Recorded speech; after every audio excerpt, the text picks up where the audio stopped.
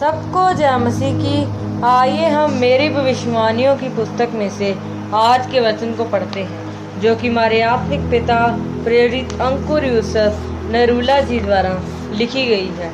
18 अगस्त 2021। शैतान झुकाने की कोशिश करे तो क्या करे। अलीशा ने कहा, यहोवा जिसके सम्मुख मैं उपस्थित रहता हूँ, उसके जीवन की शपथ मैं कुछ भेंट ना लूँगा।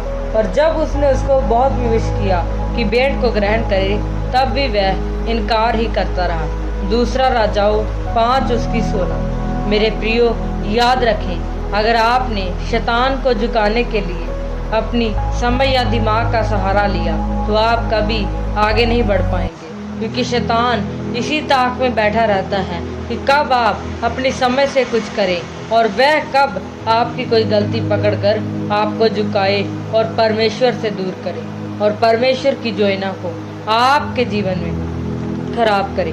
मेरे प्रियो, जब हम बाइबल में दूसरा राजाओं की किताब में नामान कोढ़ी के बारे में पढ़ते हैं तो लिखा है कि जब अलीशा के कहने से नामान कोढ़ी ने यरदन नदी में 7 डुबकियां लगाई तो उसका कोढ़ चला गया।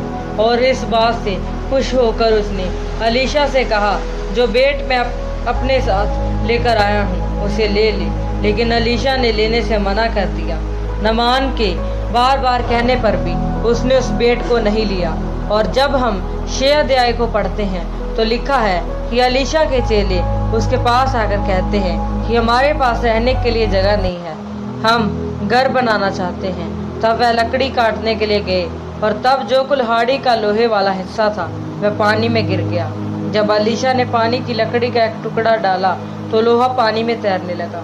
मेरे प्रियो, जब हम इन दोनों कहानियों को पढ़ते हैं तो लिखा है कि लाखों रुपया और सोना चांदी त्यागने वाले अलीशा भविष्यद्वक्ता के लोगों के पास कुल्हाड़ी तक नहीं थी। और बाइबल बताती है कि उस समय शमरोन में अकाल पड़ा हुआ था और अकाल के समय पर चीजें महंगी हो जाती थी। बाइबल बताती है कि उस समय एक टुकड़ा चांदी में आधा कबूतर मिल रहा था और अलीशा ने लाखों रुपया ठुकरा दिया और जो कुल्हाड़ी मांगी हुई थी वह भी पानी में गिर गई।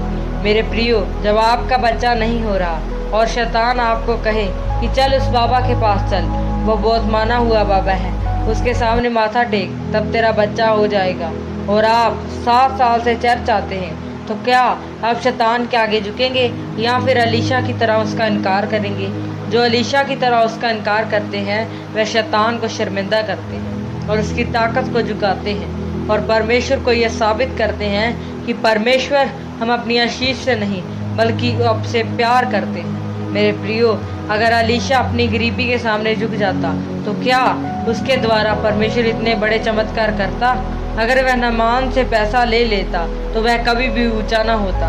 अगर आप अलीशा की तरह आशीषित होना चाहते हैं तो कभी भी अपने हालातों के साथ शैतान के साथ समझौता ना करें। चाहे आपका दिमाग यो भी कहे, तब भी परमेश्वर के साथ वफादार रहें और परमेश्वर के पीछे चले। फिर परमेश्वर जो नतीजा आपको देंगे वह सबको हैरान करने वाला होगा। आमीन। आइए हम अपने आत्मिक पिताजी द्वारा दिए गए अंगीकार को करते हैं। सर्वशक्तिमान परमेश्वर, मैं इस वचन के लिए आपका धन्यवाद करता हूँ। पिता, मैं अंगीकार करता हूँ कि मैं कभी भी अपनी परिस्थितियों के आगे नहीं झुकूंगा और हमेशा आपके पीछे चलूंगा। प्रभु यीशु मसीह के नाम, आमीन।